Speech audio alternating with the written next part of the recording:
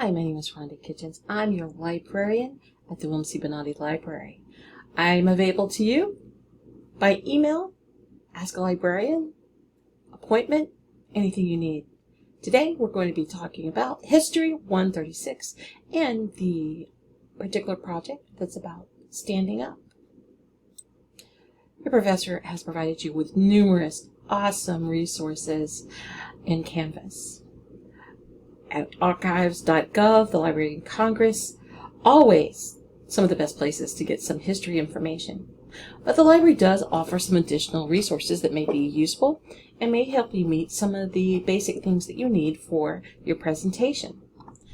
Things like primary research, secondary research, understanding the difference between perhaps a scholarly article. We have those, and I'll be glad to show you where to find them. In this presentation, I'm going to cover the library catalog, databases A to Z, the Primo One Search kind of lightly. It's just a quick launch to get right into doing your research. Research question and keywords. I want to talk to you about some of the keywords that can be used for things like standing up for, taking a stand on, that aren't stand. There's actually quite a few, and you might find this really helpful in your research. I have made you quite the list. But then, what do you do with those keywords? That's called search strategy. I have 3 that I use all the time, and they're really very good. Truncation, phrase searching, and Boolean logic. And finally, I'm going to do a demonstration of those materials. I'll be working on the top 1/3, in fact, the navigation bar of the library website.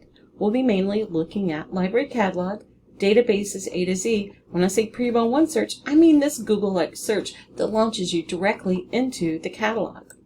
Now, what are these things? Now, the Primo One Search, just the Google-like thing that launches you into the catalog. So what's the catalog? It's everything in the library physically, the print books, the magazines, and things of that nature. Additionally is a smattering, but not all, of the 160 databases we have. There's just not a function that actually searches every single thing. So books, ebooks, newspapers, journals, and more, and some databases. So if you come to me as a librarian and you say to me, Rhonda, I've searched everything. I'm like, what did you search? You may say the library catalog, and I'm like, that is not everything, but it is quite a lot, and we're going to look at that. Databases A to Z has over 160 databases. Now, certainly, you do not need all of these. You need a few, and that's what I'm going to do. I have built you a piece of a class guide that shows you what you should use. That'll get you to the most places you need. But if that doesn't work, always ask your librarian. You're wondering too, perhaps, what's a database? And why does she keep saying database, database, database? Well, think about Netflix, Amazon Prime, Hulu. They all have digital records. Those things in this case are movies. They have different searches, different interfaces, and different ways to get things. You might find one thing better than the other. Some of them have better content. Some of them overlapping content. Some of them have content that one has access to that then another gets access to and it leaves. And you probably understand that as you use those every day. And when I'm talking to you about databases, I'm talking to you about these little highly academic, contextualized, customized pieces of resources that hold different sources for you to look at. And we have over 160. And that's a good thing. When you move on to different places, you might have a database A to Z, which is just an alphabetic list, that's 400 to 700 databases long. Prepare yourself. And this is a good place to start. Some of these have publishers, like Netflix or whatever, that move on even when you're working on your doctorate degree. So understanding and learning them here transfers to success later on. Now, one of the things, and it may have been covered in your class, but I know it's definitely covered in your assignment, and I just want to go over it one time because I'm going to try to connect your research strategy to things like you need to find primary and secondary sources, specifically when you're working on historical research. Now, primary sources are first-hand accounts. They take time at the period of the event, diaries, letters, oral histories, documents, government records. That's why archives.gov is awesome. Library of Congress, also very awesome. Property records, some newspaper articles. If they're reflective, going to the back, including other information, no. If it's an interview and it happens at the time and the thing of the event, yes. Okay? Do you have a handle on that? Now, secondary sources really good when used as primary sources, and they tell you where they used it. Like if they used a specific thing, there was a diary that they found where. A really great secondary source will cite and tell you what they used to come up with what? Their analysis, interpretation, synthesis, or evaluation of these things. I hope that makes sense. But if you're trying to find one and you want to ask a librarian if the source you have is a primary or secondary source, you know what? We get that all the time, and we love answering those questions. Make sure to ask us, because sometimes with a newspaper, that can be a little confusing. Now, research question and keywords. You're probably working on a research question already, something to compare some ideas, a place, a thing, or event. So from that, pull out those words. Don't just pull out those. Pull out the synonyms and the antonyms for the words. Find the alternate tenses and the spellings of the words. If it has an acronym, when you do your search, use ACA and Affordable Care Act, for instance. Using keywords that you found during your research. Use your research to keep it going. That said, I put together a list of different words I want you to think about when you're talking about taking a stand. First of all, you might want to be geographically specific.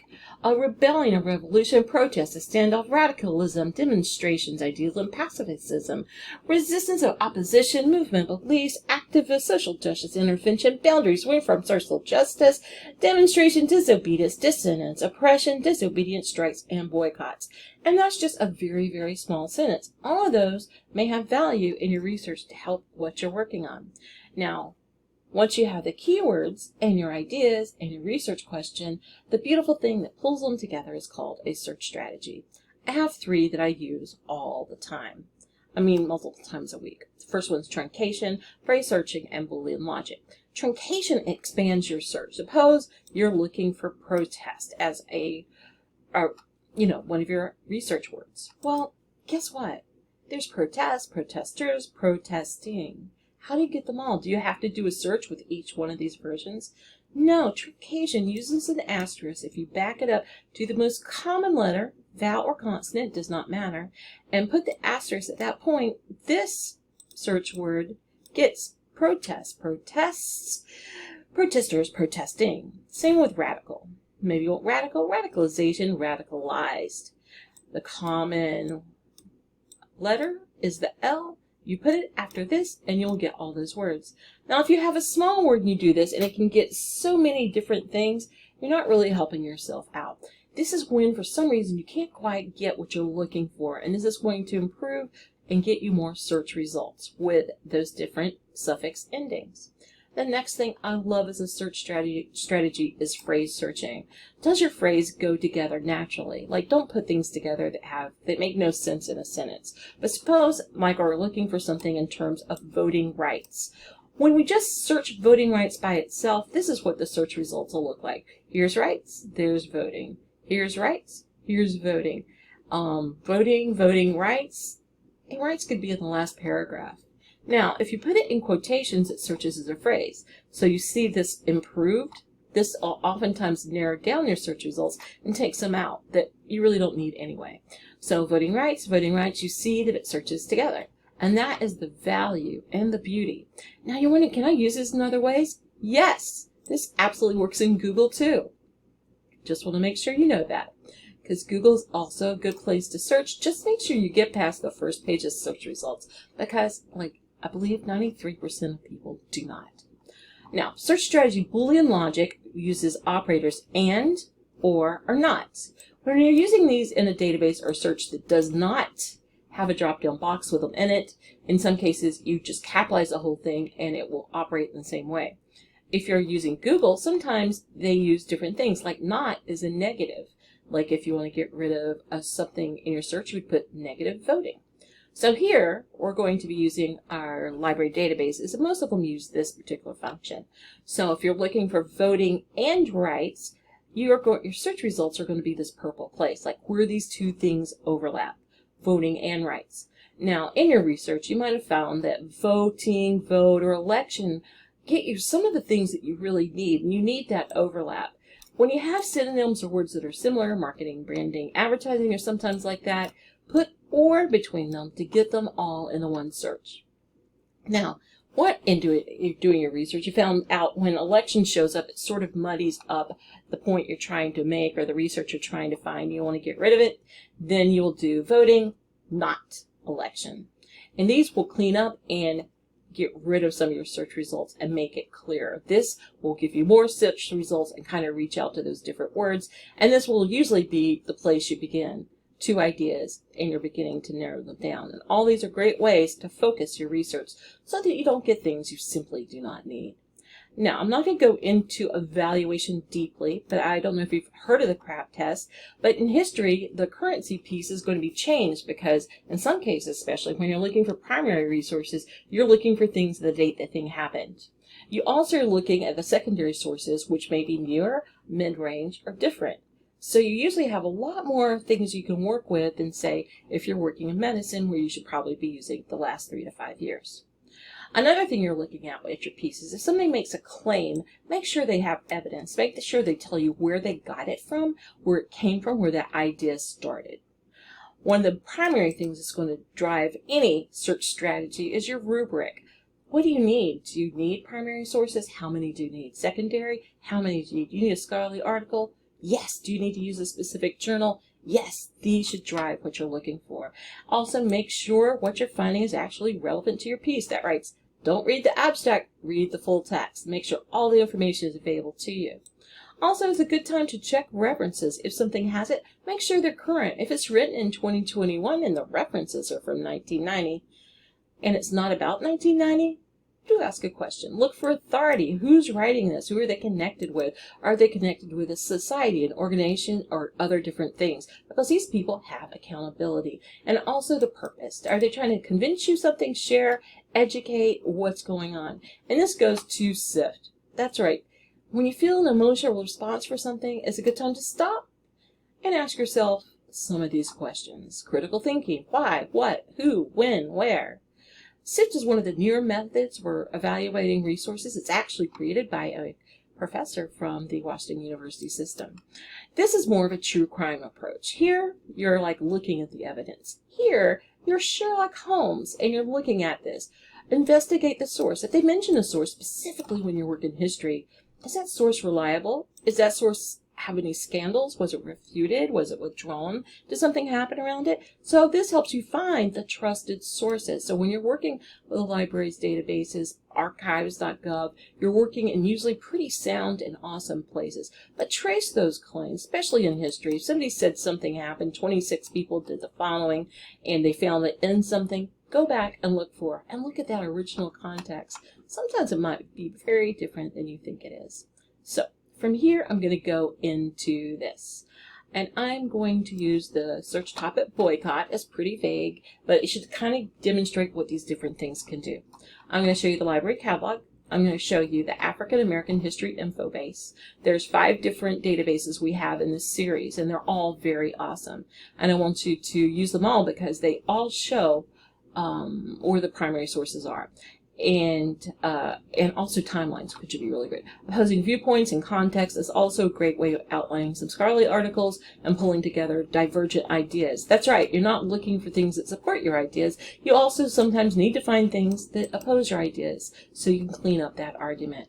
And Proquest Research Library is one of our biggest, most basic, general databases that you too will also be using when you're working on your doctorate degree. So why not start using it now? It is fantastic. I consider it the Netflix of our databases. If you find an article that works for you, it suggests 5 others that you might also enjoy. So let me get you into the library. I'm at bigbend.edu. This is going to be a pancake, or sometimes it has academics across this according to how big your screen is. Go to Academic Resources and Library, and it's going to take you to our main page. As you'll see, this is the power center right here. Library catalog, databases A to Z. This takes you straight to the library catalog. So if you want to just go find Tuesday's Glory, go ahead and jump in. Or if you have your keywords ready to go, jump in there too. Now this again is a place that is composed of the books that are in the library itself physically and covers maybe 20 pretty good databases and ebooks as well. So I'm going to type in boycott. You can see I've already practiced this out. So I can get boycotts, boycotting, boycotted. And I'm just going to leave it with all items, but you can make different decisions. I'm going to go to my search. And if you ever need help, Ask a Librarian's right here to the side. I'm going to say no thanks because that's me. So if you hear a little ring, I'm going to catch that and come back. So you're going to come out with some search results. Now these search results will kind of tell you what kind of thing they are. And remember, if your rubric or assignment asks you for certain things, do you need a book? Click on Held by the Library, and that's going to help you find the books. You'll also know it's a book because it says book, but it'll have a Library of Congress number that you can write down and come to the library and locate. If you need help, ask us at the desk. We'll be glad to help you out. If we're not visible, ring the bell. We will come right to you. This is a book on consumer boycotts. It's available online. That means it's available to you 24/7. And one of the beautiful things about this is it allows you to search the text. With a book, sometimes you can use the index to identify the pages. But here, when you come to this book, and I think I have it set to open to the PDF. We'll see. We're loading. All right, here it is. See where it says search within? You can go to this book on consumer boycotts and type in a word and it will find that section. So that's one of the beautiful ways to find ebooks and books. You can also find some of your different things like newspaper articles and scholarly articles and things of that nature. You'll find them the same way that you used the ebook. Also, if you see, the first thing we looked at was consumer boycotts, and obviously we're looking for something political, perhaps.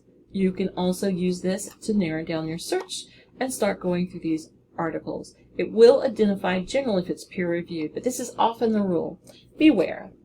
It's telling you that the journal is peer-reviewed, but the particular paper, if it's a letter to the editor, a synopsis of what's in the thing, my first day at work, or a book review, that's not considered a peer-reviewed article. So make sure the content fits. And you're like, I do not understand this entirely.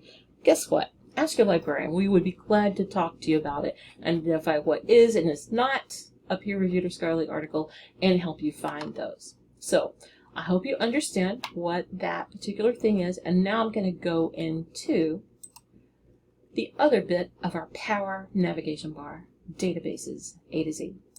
The first thing I pulled out for you is some of our Infobase databases, and they're very specific. Remember I was talking about Netflix or Amazon Prime or Hulu, and they have a certain look that you gravitate to for certain reasons. So I'm going to take you to our history subject section and kind of narrow it down. We have 29 different databases. You probably won't need all of those for this project. I'm hoping I'll show you a couple. Now you see I pulled these out and they're up here as best bets, very specifically because they have this particular thing. I also have modern world history and I think some United States history. But let's go here first.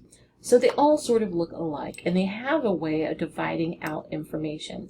First of all, they have featured primary sources. They have featured maps and graphs if you need some sort of visual to present. They also have videos and slideshows if you should need those for your presentation, and also featured people if you're focusing on a person that may have done the thing that you're searching on. So I'm going to put in boycott. It comes out with some answers. I don't know how many I'll find under this word, but let's give it a go. So first thing is going to have articles. The second thing is going to show you the primary sources in regard to it. This happens to be a letter. This happens to be a speech. This is a resolution. This is a speech. Those are the basic things that you might need in primary sources. It gives you images, videos, timelines, and newspaper. So if you find it in one of these pieces, you'll already have like a really good package to put together and work with. And these are credible and they're beautiful. So I hope you'll use these databases because they really are probably some of our most underused databases, but some of the really the best put together ones. Now I'm at the main page, but I want to show you this. Of course, this has the subjects, this has, if you're looking for the name, suppose you wanted to look for Infobase or something like that, you'll be able to find it through this section. But I have put here for you, for your success, some of our most used. I don't want to use 2 of these for your particular project. I'm going to go into opposing viewpoints first, but you could also find it under O or type in opposing. Proquest Research Library would be under P, or you could always type it in here. But I've put it here so that you can go, this is what I need. This is a general database that also, kind of like Infobase, splits up its information in a different way. So I call it, it would be very rubric friendly if you're trying to knock off formats that you need to have in your final piece. As you can see, I put in boycott. It's going to return things about all sorts of things. You might have to put political boycott or use some of your other words. Sorry, I touched on the wrong button. And you're going to have academic journals. Generally, these will be peer-reviewed because this is a curated database. They actually went out and found things and put in it. So what you see is what you get. So you don't need to say full text or anything like that. It's here for you. Viewpoints, remember when we're talking about SIFT, when you get that emotional piece, sometimes those are very useful. And you may need it for your piece. That is usually what's in Viewpoints. Infographics, news, primary sources. Again, if you need those, this is another place you can look at it. Videos, if you need to break together some clips or for other presentations, these are all great. They go through and pick the websites that are really strongest for these particular things. Boycott's kind of vague at this point, but you can put in different words or ideas. This talks about some different ways people are doing social movements, and that might be very useful to you. When you click on this, it takes you to the full text. Some of these are really hard to cite. So come up here where it says cite, and you'll be selecting Chicago 17th edition and copy. Did it pick? Yes. So copy, and you may have to correct it. The Writing Center has an entire guide, and I connected it to the class guide about Chicago 17th with some different examples that should be very useful for you. The library and the Writing Center will be glad to help you with citation.